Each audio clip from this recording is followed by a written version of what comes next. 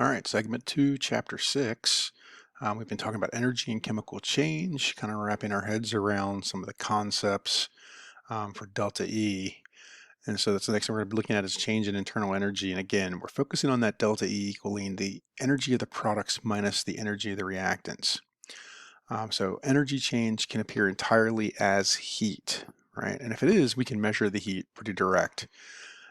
We can't measure E product or E reactant. So we can't actually measure the energy of the product or the reactants. What we can measure though is the change in delta E, right? So the energy of the system depends only on its current conditions. Okay, so some things it doesn't depend on then, it doesn't care how the system got it. Okay, it doesn't how we initially got the energy in the system. We don't care about that. And then what energy the system might have sometime in the future. So again, we don't predict how much energy the system will have later. So what we can do is we can measure energy in the past, we can measure energy now, and we can compare those two. Okay, so state of object or the system, complete list of properties that specify an object's current condition. So for chemistry, what we're looking at for state of the system or object of the system would be the physical properties, like the chemical composition. In other words, what substances are there, the number of moles that are there. We'll look at the pressure of the system, temperature, and volume. Okay, now that's going to bring us to state functions. State functions are any property that only depends on the object's current state or condition. Okay, so it's independent from the method, the path, or mechanism by which the change occurs. And that's an important feature for all state functions. So some state functions then would be energy, pressure, okay, temperature, and volume. So we have internal energy, the pressure, the temperature, and the volume. All right, so the state of an object then. If the temperature is 25 degrees C, this tells us all we need to know. We don't need to know how the system got to that temperature, just that this is where it currently is. Now, if the temperature increases to 35 degrees C, then we can look at the change in temperature, and it's simply going to be delta T, T final minus T initial. We don't need to know how this occurred, just need to know the initial and final values. So how it got from A to B, we don't care. All we care about is what it was in A and what it is in B. Now, what does delta T tell us? It tells us that there was a change in the average kinetic energy of the particles in the object, right? And if there's a change in the kinetic energy of the particles in the object, then we know that there's going to be a change in the total kinetic energy. And of course, since it was a temperature change, we know that's going to be a heat energy. Now, we've already pointed out that the energy in the entire universe has to remain a constant. But then I kind of alluded to the system. So what we need to be able to do is define our systems. So a system is what are we interested in studying? For instance, reaction in a beaker, right? If I'm looking at a reaction in a beaker, then I have to concern myself with the surroundings, and that's going to be everything else. The room in which the reaction is run, right? There could be a boundary between the glass, basically, between the beaker, the reaction itself, and the room. So what we want to do is be able to separate our system from the surroundings. Now, it can be a visible separation. For instance, the glass, right, would be a visible wall of the beaker. Invisible could be a line separating warm and cold fronts, right? So we can't always see that unless they're extreme. Now, there's three types of systems. There's going to be an open system, which would be that beaker. So now I'm going to run the reaction in an open system. Okay, that means it's open to the atmosphere. We could gain or lose mass or energy across the barrier. There's nothing stopping it. So if I have my reaction going on here in the beaker, then obviously it can go out and things can come in, right? So we could have exchanges between our surroundings and our system. Most reactions are done in open systems. Now that's because usually, especially for us, we're looking at observations of the reaction, or we're doing a synthesis, we're making mass like we did with aspirin. Those things, even though we have heat changing back and forth, the mass of the products and the mass of the reactants are not going to be open to that change in most normal situations. Now we could also have a closed system. So now what we've done is we've closed off the atmosphere. Now, energy can cross the boundary, but mass cannot. Okay, so we can have heat and temperature going back and forth, but whatever's in here is stuck in here, and nothing else can get in. So now we know that that mass has to stay constant inside. Now, I said there's three systems. So what's the third system? The third system is an isolated system. Here, what we're doing is now protecting from the energy and the matter. And so here you can see what we've done is we've evacuated some glass. We've called this insulation. So we've insulated that reaction vessel now. So now in theory, we've isolated the system completely. And now energy and mass have to remain a constant. And a good example of this would be a thermos bottle, right? So if you use like a cold insulated cup, right? Like typical water cup, like I've brought to lab a few times and left in the back, it's insulated so that the liquid that's inside the cup remains cold even on hot days, right? Now, the idea here is that we set up an adiabatic process. So this process occurs only in isolated systems. So it's neither energy nor matter crossing the system or surrounding boundary. Okay, so that's the goal when we're going to be looking at some of these energy systems. We want to get it isolated. So for instance, when we do calorimetry, we use a styrofoam cup. The styrofoam cup acts as a great boundary between the outside and the inside for temperature and energy. All right, so your turn. A closed system can include the surroundings, absorb energy and mass, not change its temperature, not absorb or lose energy and mass, or is it absorb or lose energy but not mass? So let's see. We know a closed system does not include the surroundings. We know a closed system protects from mass, so it can absorb mass. All right, can we change the temperature in a closed system? Yes, we can. So it's not changing, it's not going to happen. Not absorb or lose energy and mass. Nope, again, it does keep from absorbing mass, but not the energy. And then last but not least, absorb or lose energy, but not the mass. And that's going to be a closed system, right? All right, so we're going to shift gears now, and let's start looking at heat. Heat we represent with the lowercase q. Now, it's impossible to measure heat directly. Okay, we just can't do it. There's no way to actually measure the heat. But we know that heat can be gained or lost by an object. Now, how do we know that heat is being gained or lost by an object? Well, because it gets hot or it gets cold. So we know that it's directly proportional to that temperature change. So if we know an object is undergoing temperature change, then we know it's either gaining or losing heat. Now, if you're adding heat, you're going to be increasing the temperature. All right, so for instance, if I turn on a frying pan, I go ahead and turn my stove on, put my frying pan on, if I get the heat hot enough, I can actually see the metal turn orange. And we're going to talk about that later in a later chapter.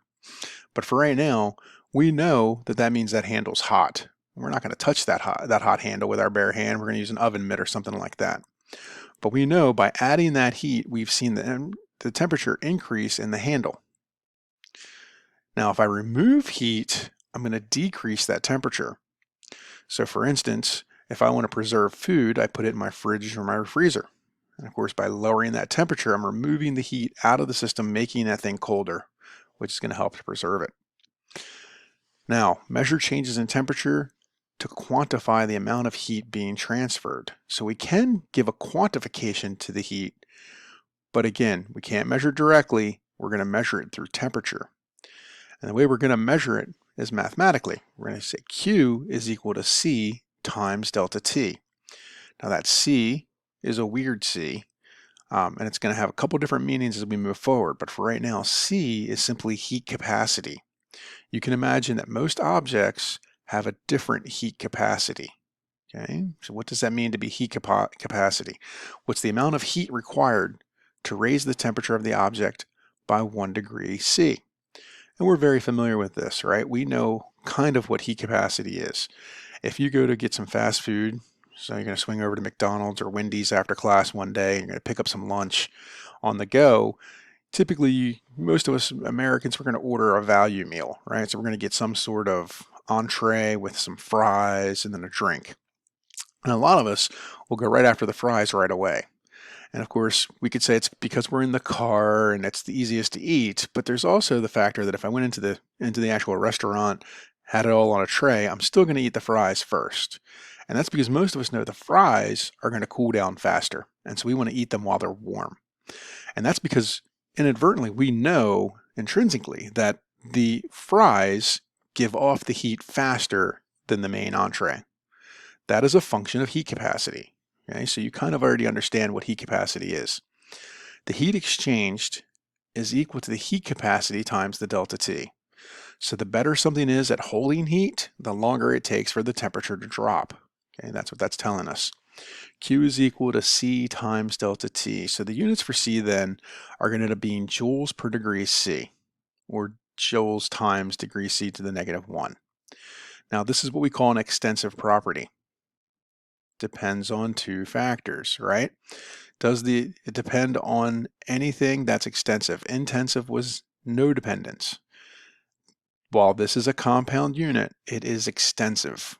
Okay, it's the same, or excuse me, the sample size or the amount will matter. So if I now want to compare Wendy's French fries to McDonald's French fries, we know McDonald's French fries are thinner and smaller, and Wendy's are a little bit thicker. Which one would I expect to cool down faster? And of course, even if it's the exact same material, we pretend like it's all potato, then we know the McDonald's fries are probably going to cool down faster because there's less mass there. Now, doubling the amount doubles the heat capacity. So now, if I were to get a potato log, so now I'm going to go to Red Robin and get the steak fries, those should have double the heat capacity because they're approximately double the size of McDonald's fries. Now, another factor that's going to go into the capacity is the actual substance itself. For instance, water versus iron, right? So if I heat up iron, I get my iron skillet and I put it on there and I turn on the heat and I can see it turn red because it's getting nice and hot. And then I turn off the stove real fast.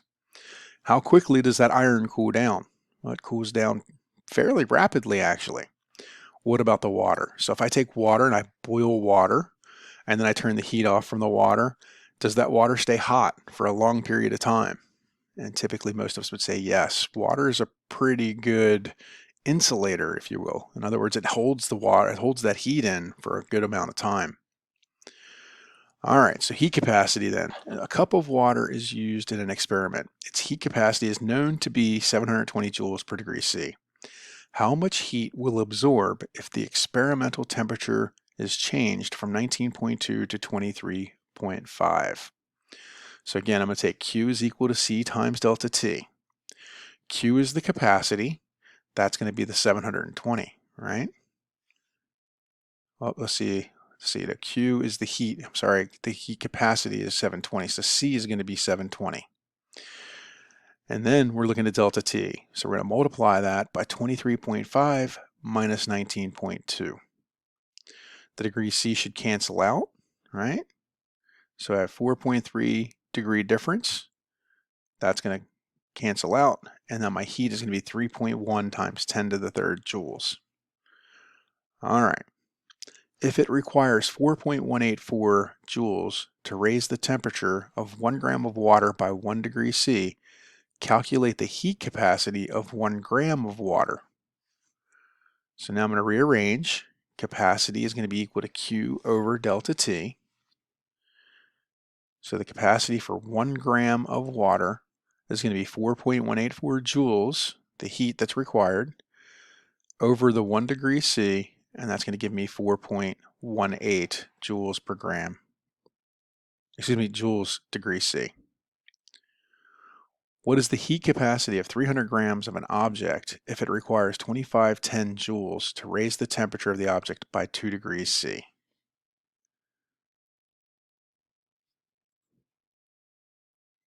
And hopefully you picked D. So how would I work that out? The capacity of the object would be equal to the heat, so 2510 joules over the 2 degrees C, and that's going to give me 1255 joules degree C. And of course we only get 3 sig figs because of the 2.0, and that's how we got the 1.26 times 10 to the third. All right, another problem for us. A copper mug has a heat capacity of 77.5. After adding hot water to the mug, the temperature of the mug changed from 77 to 185. How much heat did the mug absorb from the water?